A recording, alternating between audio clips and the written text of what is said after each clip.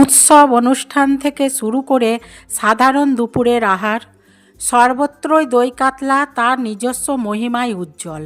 চলুন তাহলে জেনে নেওয়া যাক এই সুস্বাদু এবং ঐতিহ্যবাহী পদটি তৈরির সঠিক পদ্ধতি।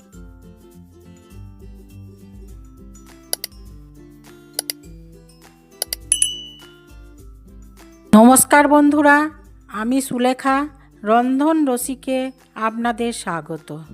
আবারও একটি নতুন এপিসোডে নতুন একটি রেসিপির সঙ্গে। দই কাতলাটি বানানোর জন্য আমি প্রথমেই 4 পিস কাতলা মাছ নিয়ে নিয়েছি। এর সঙ্গে নিয়ে নিয়েছি লবণ, হলুদ, লঙ্কা গুঁড়ো, শাহি গরম মশলা, পেঁয়াজ বাটা, আদা বাটা, জিরে বাটা, পোস্ত বাটা, কাজু বাদামের পেস্ট। তার সঙ্গে নিয়ে নিয়েছি 2টো তেজপাতা, গোটা মৌরি, জিরে, এলাচ, শুকনো লঙ্কা, কাঁচা লঙ্কা, ধনেপাতা। সবশেষে নিয়ে নিয়েছি টক দই, ফ্যাটানো টক দই। তো রান্নাটি করার জন্য প্রথমে আমি মাছটিকে ম্যারিনেট করে নেব। তো ম্যারিনেট করে নেওয়ার জন্য প্রথমেই আমি দিয়ে দিচ্ছি একটু লবণ, একটু হলুদ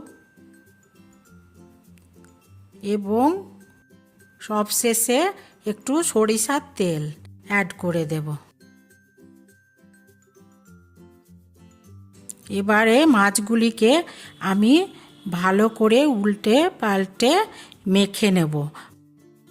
মেখে নিয়ে এবারে আমি এটাকে 10 মিনিটের জন্য ম্যারিনেশনে রেখে দেবো। গ্যাসটিকে অন করে এবার এর উপর একটি প্যান বসিয়ে দেব। প্যানটি গরম হয়ে গেলে আমি এর মধ্যে সর্ষের তেল অ্যাড করে দেব। দেখুন একদম তেলটা গরম হয়ে গেছে। এবার আমি ম্যারিনেট করা মাছগুলি একে একে এর মধ্যে দিয়ে ভেজে নেব।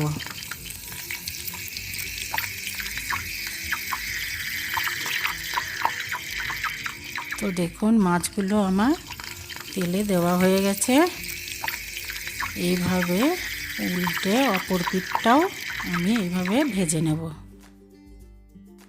এই ক্ষেত্রে বলে রাখি, যেহেতু আমি দই কাতলা বানাবো তার জন্য এটা খুব বেশি কড়া করে ভাজার দরকার নেই। এবার মাছগুলোকে একটি পাত্রে আমি তুলে নেব।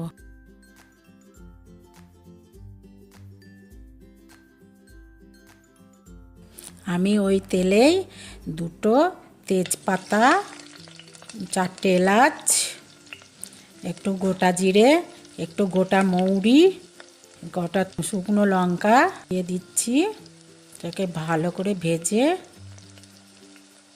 এর মধ্যে এবার দিয়ে দেব পেঁয়াজ বাটা। আরে গ্যাসটিকে লো করে পেঁয়াজটাকে একটু ভালো করে ভেজে নেব।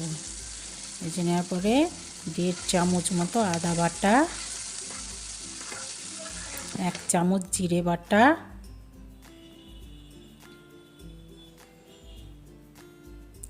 1 চামচ পোস্ত বাটা,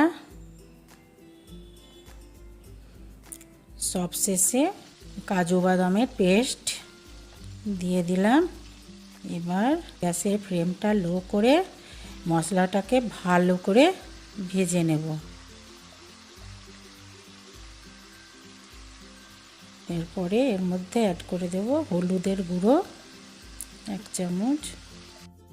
চামচ, শাহি গরম মশলা দিয়ে দেব। দিয়ে এটাকে ভালো করে মিশিয়ে নেব। এরপরে আমি স্বাদ মতো লবণ অ্যাড করে দেব। আবারও মশলাটাকে ভালো করে মিশিয়ে নেব। দেখুন খুব সুন্দর মশলাটা মিশে গেছে। এরপরে আমি এখানে বাটিতে যে মশলা বাটার জলটা এর মধ্যে অ্যাড করে দেব।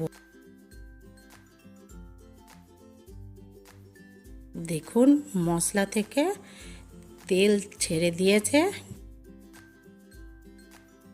এবারে আমি এর মধ্যে ফেটিয়ে রাখা টক দইটা দিয়ে দেব। এবার গ্যাসটিকে লো করে আমি আবারও মশলাটিকে ভালো করে মিশিয়ে নেব। দেখুন গ্রেভিটা আমার খুব সুন্দর এসে গেছে। এবারে আমি একটা ঢাকা দিয়ে দেব।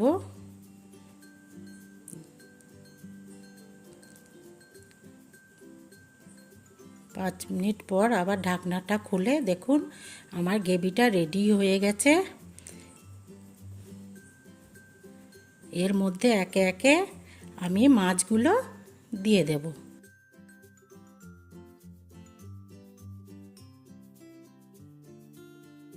এবারে মাছগুলোকে গ্রেভি থেকে উল্টে গ্রেভির সাথে মিশিয়ে নেব।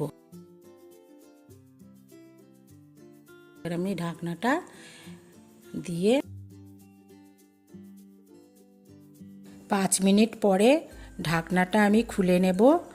দেখুন আমার ওই কাতলার রেসিপিটা পুরো তৈরি হয়ে গেছে। এবারে আমি মাছগুলোকে একে একে তুলে নেব।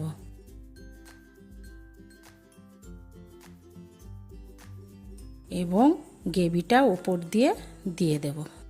ভিডিওটি যদি আপনাদের ভালো লেগে থাকে তাহলে ভিডিওটিতে লাইক এবং কমেন্ট করতে ভুলবেন না এবং চ্যানেলটি সাবস্ক্রাইব করে বন্ধুদের সাথে ভিডিওটি শেয়ার করে নেবেন। আজকে তাহলে এখানেই বিদায় নিচ্ছি। দেখা হবে অন্য কোনো এপিসোডে নতুন কোনো রেসিপির সঙ্গে।